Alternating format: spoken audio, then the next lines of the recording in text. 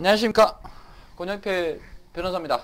오늘도 여러분들에게 좋은 뉴스를 가지고 왔습니다. 오늘은 사행위 취소와 관련된 사건입니다. 충주시 조세피 사행위 취소 소송서 승소. 충주시는 지난달 27일 조세피 목적으로 재산을 처분한 고액취납자 A씨를 상대로 사행위 취소 소송 수익 제기에 승소했다라고 6일 밝혔다. 사행위 취소 소송은 납세자가 소유 재산을 고의로 가족에게 지급하는 등 재산을 줄여 체납 처분을 면탈하는 법령이 한 경우에 수익자인 그 가족 등을 상대로 법원에 소를 제기하는 것이, 이게 좀 약간 좀 어폐가 있습니다. 사행위 취소는 조세 채권에만 해당하는 거 아닙니다. 체납자 A씨는 지방세와 과세할 것을 사전에 인지하고 친척인 B에게 양도해서 지방세 납부를 회피했다.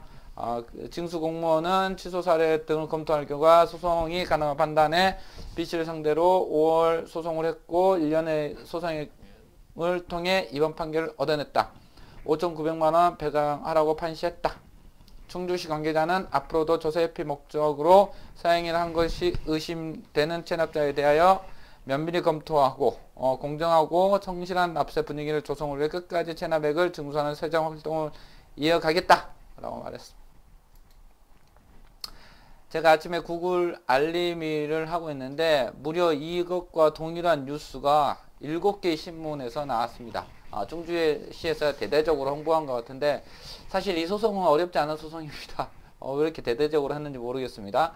사행위 취소 소송은 여기에서 이제 지금 우리 기자님께서는 납세자가 소유 재산을 고의로 가족 등에게 증여하는 등 재산을 줄여 체납 처분을 면탈하는 법령을 한 경우 수익자인 그 가족 등의 상대로 법원에 소를 제기하는 거, 이걸 누구한테 자문을 받았는지 모르겠는데 그건 아니고 이제 그건 아주 그 조세에만 국한되는 것이 아니라 사행위 취소 소송은 일반적으로 채무자가 매매나 담보 설정 행위를 통해서 채권자를 해하는 소송이 사행입니다. 더 나아가서 채무 면탈을 목적으로 이렇게 고의를 한다. 그것보다 훨씬 넓은 개념입니다. 즉 채무자가 무자력 상태 아니면 무자력 위험의 상태. 무자력이라는 표현은 재산이 없는 상태입니다. 무자력 또는 무자력의 위험 상태에서 재산 등을 처분, 담보 설정 행위를 통해서 무자력이 심하다거나 아니면 무자력으로 되거나 했을 때 비로소 사행위 취소 소송을 제기하고, 이렇게 무자력 상태에서 재산의 처분 행위를 할 때는 사회 의사가 추정됩니다. 즉 여기 기사에서 말한 것과 같이 반드시 면탈할 목적으로, 채권자를 면탈할 목적으로 하는 것은 아니다라는 것입니다. 특히 여기 기사에서는 납세자가 사행위 취소 소송의 의의에 대해서 납세자가 소유재산을 고의로 가족들이 증여하는 방법으로 체납 처분을 면탈하는, 그게 아니라 일반적으로 뭐 조세 채권에서는 납세자가 채무자이지 않겠습니까? 채무자가 자신이 무자력임을 알고 있음에도 불구하고 아니면 이 재산을 처분하면 나는 이제 무자력이야 라고 하는 정도의 의사만 있어도 사행위 취소 소송에서는 승소할 수 있습니다.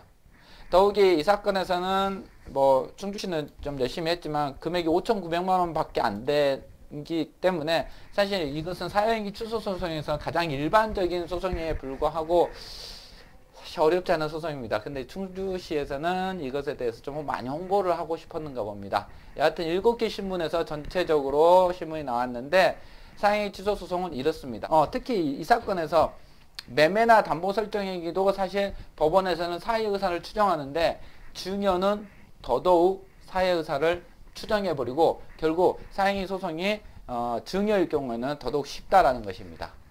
물론 여기에서 충분히 방어할 수는 있지만 그건 전문가의 영역입니다. 여기에서 근데 5,900만원 정도라고 한다면 전문가가 개입하진 않았겠죠. 근데 법률 전문가들이 이제 개입하면은 사행위 취소 소송의 요건들이 굉장히 많기 때문에 또 다른 어떤 방어 수단이 있을 수도 있습니다.